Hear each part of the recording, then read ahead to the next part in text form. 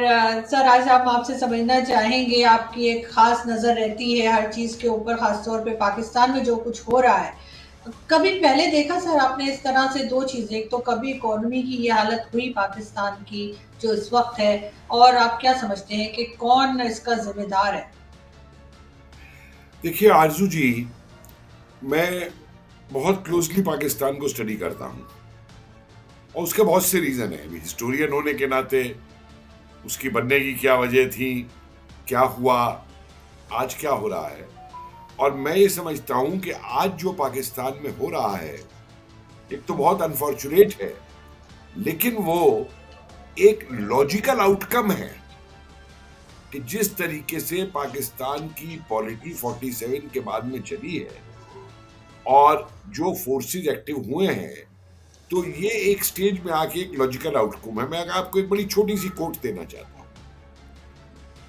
14 सितंबर 1944 नेताजी सुभाष चंद्र बोस ने रंगून से एक ब्रॉडकास्ट की थी आजाद हिंद सरकार की तरफ से। और ये आजाद हिंद सरकार, मैं तो हिंदुस्तान की इसको पहली आजाद सरकार मानता हूं जो यूनाइटेड इंडिया की सरकार थी, और जिसके अंदर मतलब कोई भेदभाव नहीं था, ना हिंदू का, ना मुसलमान का, ना सिख का, ना कोई रीजन का, ना किसी चीज का।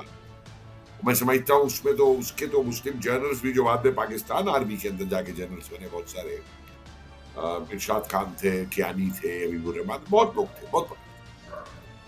तो उस एड्रेस के अंदर नेताजी ने पर्टिकुलरली इंडिया में मुस्लिम यूथ को एड्रेस करते हुए कहा था कि जो फोर्सेस पाकिस्तान की डिमांड कर रहे हैं, इनको ब्रिटिश उकसा रहे हैं, और इनमें जो एलिमेंट है वो फ्यूडल एलिमेंट है जो मुस्लिम लीग के साथ है।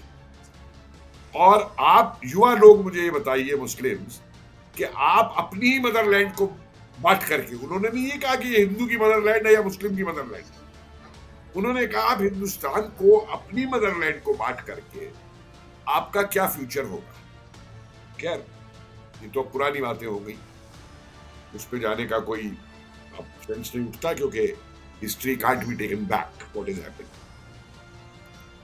एक चीज मैं यहां पे और कहूंगा जो मैंने अभी कुछ दिन पहले अपने लेक्चर देते हुए कही है, और उससे बहुत सारे लोग चौंक उठे थे मेरे इस एनालिसिस से।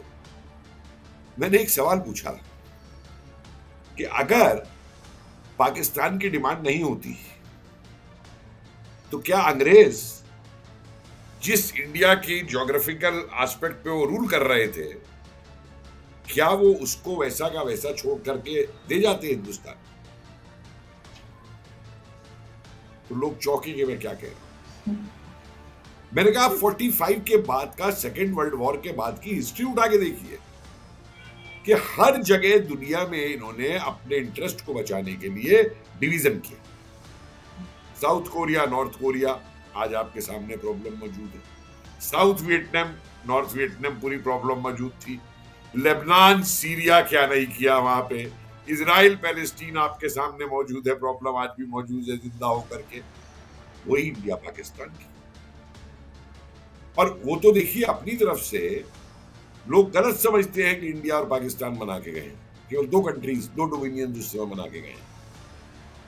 उन्होंने तो 562 जो हिंदुस्तान की रियासतें थी उस समय, जो केवल प्रिंसली स्टेट्स थी, वो अलग देश नहीं थे, दे वर नॉट इंडिपेंडेंट नेशंस, वो ब्रिटिश इंडियन प्रिंसली स्टेट्स कहलाती थी। उन्होंने तो उन सबको आजाद कर दिया। और कश्मीर और ट्रेवनकोर पे जो उनकी पॉलिसी थी, जो लोग, देखिए लोग पढ़ते नहीं है, दिक्कत ही आ जाती है। लोग सिर्फ उसमें जज्बात में आ जाते हैं, कॉम्युनल जज्बात में आ जाते हैं इन चीजों को लेकर। वो पूरा कश्मीर एक इंडिपेंडेंट स्टेट चाहते थे कि सेंट्रल एशिया को कंट्रोल कर सके, कि उधर चाइना, उधर सेंट्रल एशिया, जहां जहां उनके इंटरेस्ट क्लैश करते, उधर सोवियत यूनियन। ऐसे ही वो साउथ में ट्रेवनकोर को इंडिपेंडेंट किंगडम चाहते, नेशन चाहते थे कि पूरे इंडियन ओशन के ऊपर जो है वहां से अपना कंट्रोल कर सके। तो ये जो चीजें पैदा हुई उस समय, उसमें दिक्कत और फर्क भी हुआ। मैं इंडिया पाकिस्तान का कंपैरिजन नहीं करना चाहता हूं, मैं करता भी नहीं। लेकिन जब आपने सवाल किया कि आज की हालात को लेकर के, तो देखिए पाकिस्तान के लोगों को खुद इस पे ध्यान देना होगा, हमको बताने की जरूरत नहीं है। पाकिस्तान को खुद अपने पैरों पे खड़ा होने के लिए इस बात पे ध्यान देना होगा कि क्या गलत हो गया। देखिए हिस्ट्री के अंदर जब हम हिस्ट्री पढ़ते हैं तो हिस्ट्री हम इसलिए नहीं पढ़ाते हैं कि साहब वो बड़े गुर्दे को उखड़ना है और उनको पढ़ाना है, करना है, because history tells you how our present has evolved, कि हमारा प्रेजेंट कैसे बना है आज हमारा, और उस दौरान में जो अच्छी बातें हुई है उन्हें अपनाएंगे और जो गलतियां हुई हैं उन्हें हम ना दोहराएं अगर हमें आगे बढ़ना है, नहीं तो हम पीछे गिरते चले जाए। अब मुझको एक चीज बताइए आप कि कितने लोग पाकिस्तान में हैं जो इसके ऊपर अपना थॉट प्रोसेस लगा रहे हैं कि हम इस हालत में आज क्यों पहुंचे। अगर आप ये कहेंगे, कुछ लोग कह रहे हैं कि जी इमरान खान ने इस हालत में पहुंचा दिया, कुछ कह रहे हैं शाहनवाज शरीफ ने इस हालत में पहुंचा दिया, नहीं, ये तो एक लॉजिकल आउटकम्स हैं जो सिस्टम आपने क्रिएट किया 47 के बाद। उस सिस्टम में ये होना ही था, और मैं एक्सप्लेन करता हूं इसे आप जी। आपके यहां 3 फोर्सेस एक्टिव हुए 47 के बाद, एक पॉलिटिकल पार्टीज, एक आर्मी और एक तीसरा फेनेटिक ग्रुप्स,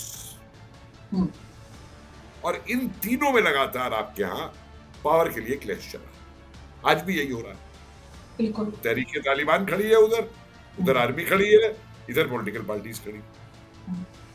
और उस प्रोसेस में ये हुआ कि कोई भी पॉलिटिकल पार्टी आपके यहां इंडिपेंडेंट अपने उस पर खड़ी नहीं हुई, और हर किसी को वहां पे आर्मी की बैसाखी लेनी पड़ी रूल में आने के। इंडिया में एक ये बहुत बड़ा फर्क हुआ, हमारी डेमोक्रेसी में भी प्रॉब्लम्स आई हैं, हमारे यहां भी ये हुआ है कि 20 परिवारों ने राज किया, अगर हम स्टेट्स को उठा के देखें तो ऊपर से लेके नीचे तक। लेकिन हमारे यहां हमारी आर्मी ने कभी पॉलिटिकल प्रोसेस के अंदर इंटरफियर नहीं, यहां तक कि आप देखिए ना कि इंदिरा गांधी ने इमरजेंसी भी लगाई, तब भी आर्मी इंटरवीन नहीं। जो एक हमारी डेमोक्रेसी को जिसने आगे मजबूत बनाने में, आज भी हम प्रोसेस में हम कहते हैं कि आज भी हम मजबूत हो रहे हैं। हमारे भी होता था शुरू में, बूथ कैप्चरिंग भी होती थी, नकली वोट भी हुए, गलत वोट भी बनाई जाती थी, लोगों को वोट भी नहीं डालने दी जाती थी, ये सब प्रोसेस से हम गुजरे।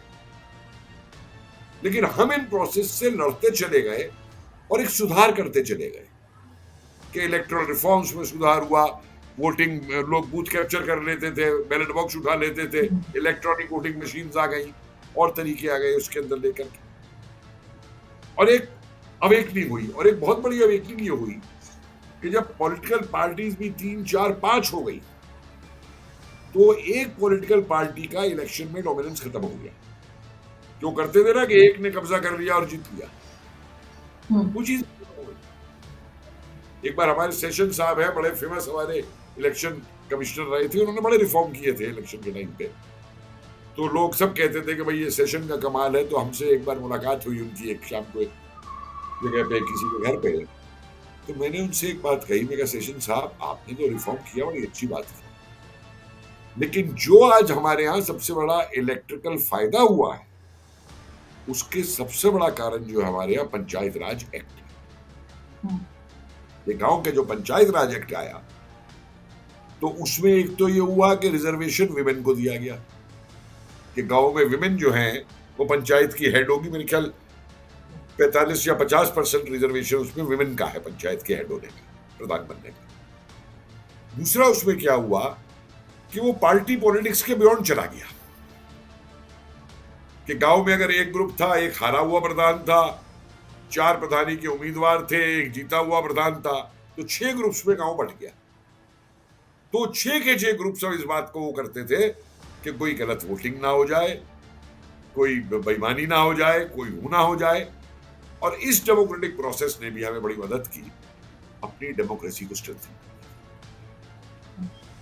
दूसरी आप क्या चीज हुई कि हमारा जो इकोनॉमिक डेवलपमेंट हुआ, जी। हमारे यहाँ भी मोनोपोली रही शुरू में। हुँ। अब देखिए पहले 40-50 साल जो है वो सिर्फ 2-3 इंडस्ट्रीज की मोनोपोली रही, और सोशलिज्म के नाम पे हमारे यहाँ भी नेहरू साहब ने जो है वो फ्री इकोनॉमी डेवलप नहीं होने दी हुँ। उससे। खैर इसके अपने एक एडवांटेज हैं, अपने एक नुकसान है, मैं उस डिबेट में नहीं जा रहा।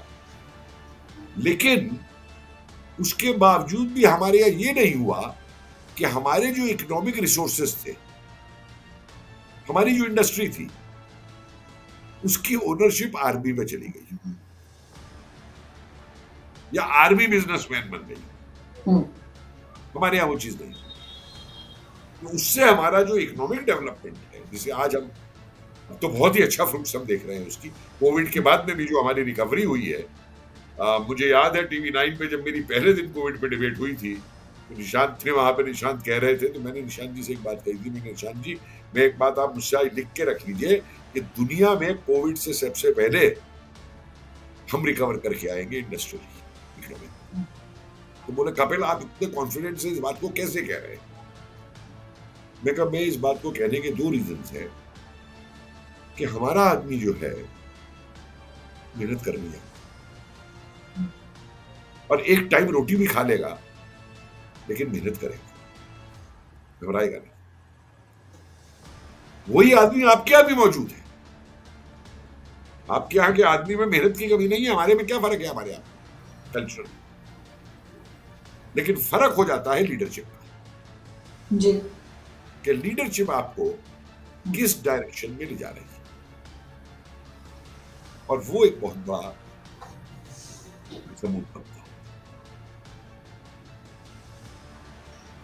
इसका हुआ रीजन ये है कि आपके यहाँ जब आर्मी ने कंट्रोल करना शुरू कर दिया इकोनॉमिक सोर्सेज को। मुझे आपकी डिबेट एक आदमी याद है, आपने कहा था उसमें कि जनरल साहब की पोस्टिंग वहां हो जाती है सियाचिन में, नीचे से वो मिल जाता है, और इन्वेस्ट लंदन में हो जाता है, और हमारे जनरल बेचारे पेंशन में रहते हैं रिटायरमेंट के बाद में। ये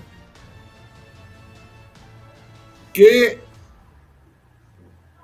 इकोनॉमिक कंट्रोल के ऊपर हमारी आर्मी ने पॉलिटिकल, इकोनॉमिक, सोशल, कल्चरल किसी कंट्रोल के ऊपर ध्यान नहीं दिया। मतलब मैं आपको एक बात बताऊं, और हमारी आर्मी इस बात को बहुत ऑर्डर फॉलो करती है डेमोक्रेसी के, लेकिन परेशान होती है अगर आर्मी को सिविलियन के आगे डिप्लॉय किया।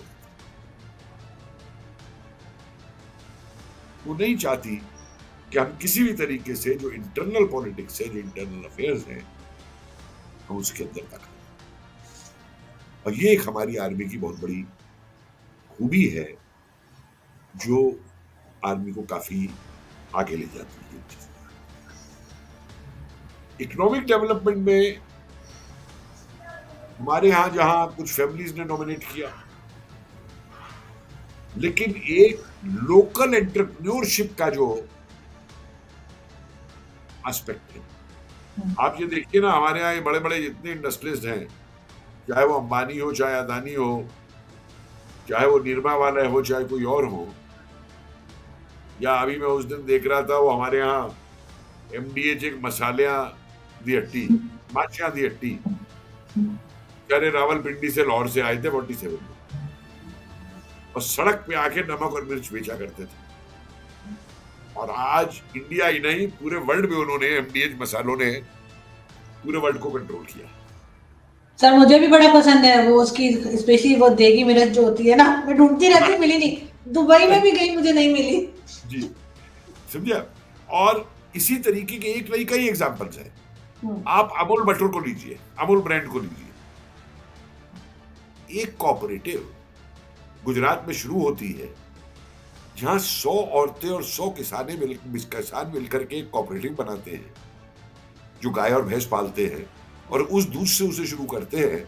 और आज अमूल एक अच्छा खासा मल्टीनेशनल बन के खड़ा है, जो इंडिया की केरला से लेके और कश्मीर तक सारी मार्केटिंग करता है, और इतने प्रोडक्ट्स बना रहा है। ये जो इंसेंटिव्स, ये जो डेवलपमेंट, ये जो एक क्रेज है, हमारे यहाँ संस्कृत लिटरेचर में एक मूषक सेठ की कहानी है। मैं समझता हूँ आपकी ऑडियंस के लिए बड़ी इंटरेस्टिंग होगी, क्योंकि आपके यहाँ तो लिटरेचर पढ़ाया नहीं जाता, कि वो बहुत गरीब बच्चा है, और भूखा घूम रहा है। तो एक सेठ जो है,